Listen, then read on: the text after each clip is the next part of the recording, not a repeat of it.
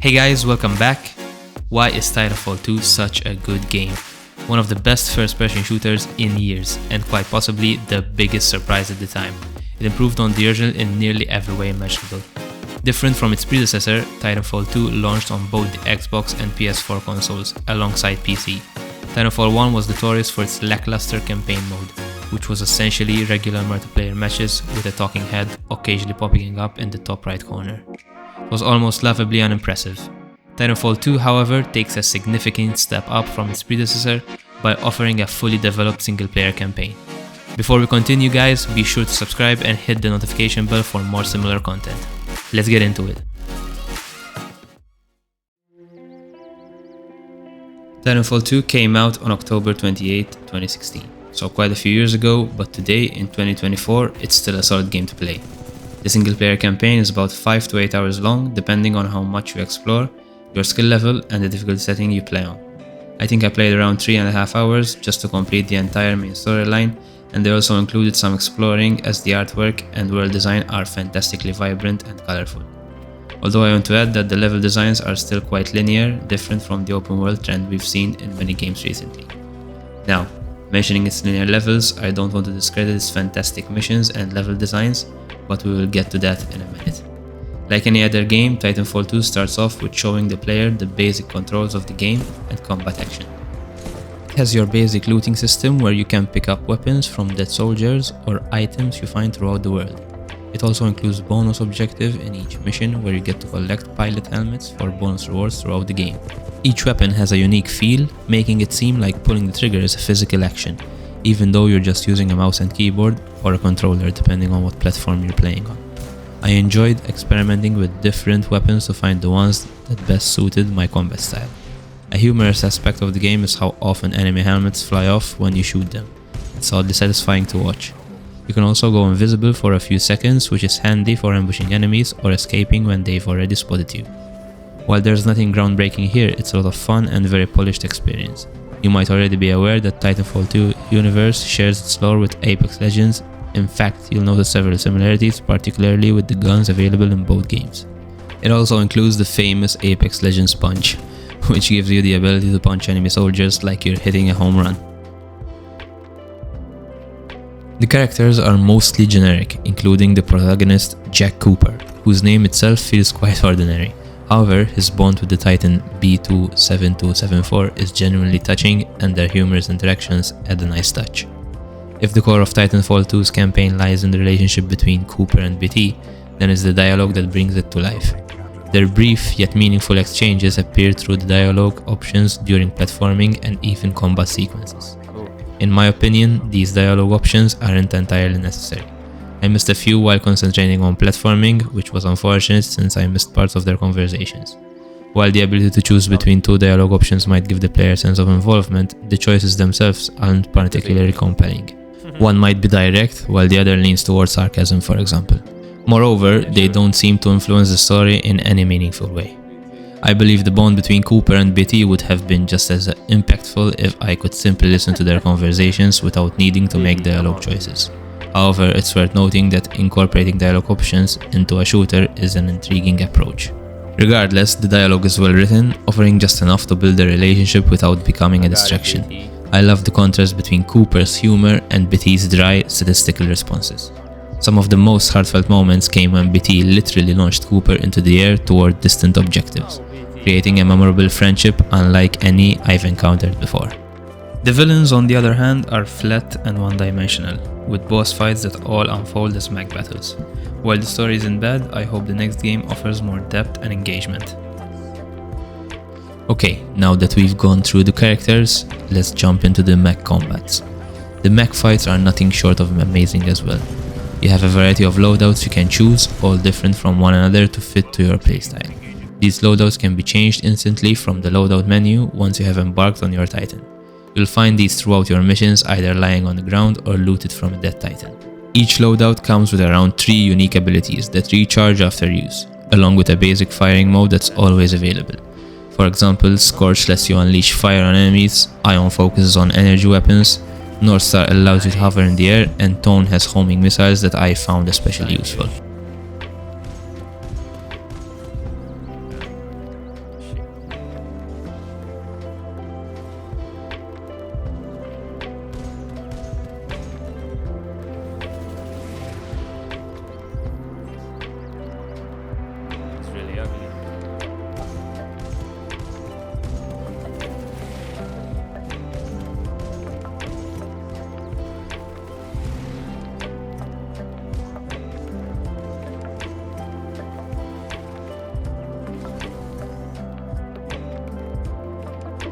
Each mission introduces a unique twist and clever design element, ensuring the entire campaign remains engaging and diverse. Even without the mag battles, playing as your pilot alone is incredibly enjoyable. The fluidity of your character's movements, including the renowned wall gliding, combined with the fast-paced shooter missions, truly sets this game apart. Titanfall 2's campaign is packed with action. Beyond the movement and shooting, it experiments with various mechanics and design ideas. Some of these work well, while others miss the mark. It keeps getting better as you progress, with some truly unique levels. I was genuinely amazed by several missions, specifically two in particular. One has you controlling time, switching between two eras to navigate a science facility. Without revealing too much of the story, your character, Cooper, can switch between these time periods with the push of a button. In one timeline, the facility is fully operational, but you're an intruder, triggering alarms and facing off against guards. In the other timeline, the facility lies in ruins, overrun by zombie-like robots and terrifying creatures. You'll also be required to use your time-shifting ability to traverse the facility in order to make it to your objective, jumping between time periods to get to the next mark. Now, I've played quite a few games, but I would say I haven't seen this a lot in many other games, which is quite cool and unique. Another cool mission involves platforming across debris from a massive explosion as it flies through the air. Titanfall 2 offers some of the most enjoyable platforming I've experienced in a game so far. It primarily revolves around the game's innovative wall running mechanic. To wall run, you simply approach a wall and jump towards the wall to run along it for a short distance. You then need to jump or double jump off the wall to a safe spot. Otherwise, you risk falling if you miss your timing. There are also moments where you need to jump from one wall to another, alternating between right and left to cover long distances. When there are obstacles like fire below, the wall running can really get your adrenaline pumping. And let me tell you guys, there were moments where I was going to wall run my PC off the wall and out the window, as there are times where getting your timing correct is crucial. Overall, the platforming is smooth and intuitive. I never struggled with the controls and the movements felt very natural. With few exceptions, my button presses led to exactly what I intended. Another cool feature is the Ghost Runner. Your HUD analyzes the environment and shows you a ghost that traces the route you need to take, guiding you through tricky sections. I didn't experience the usual frustration with platforming that I do in other games, which speaks to the excellent controls and helpful hints here. And since there's nothing overly complex, I'd say that sometimes simplicity is the best. In most of the game, you're outside the mobile suit, navigating through industrial mazes and massive canyons as Cooper. You'll be battling enemy infantry to clear paths for your Titan and handle tasks it can't do.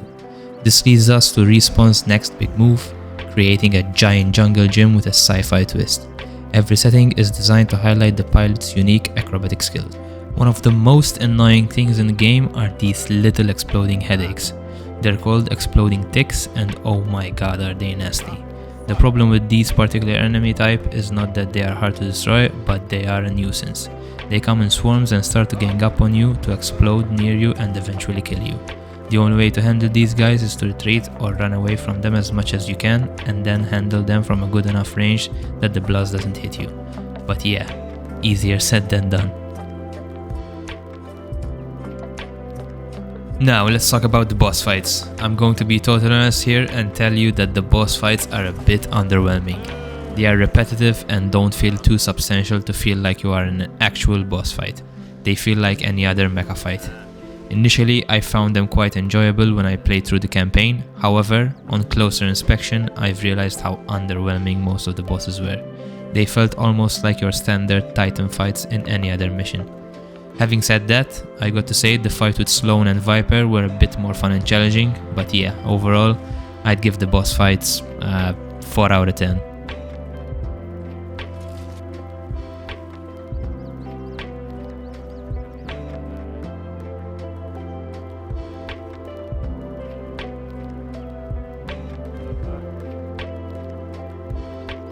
Titanfall 2 feels like you're playing through a scripted cinematic trailer.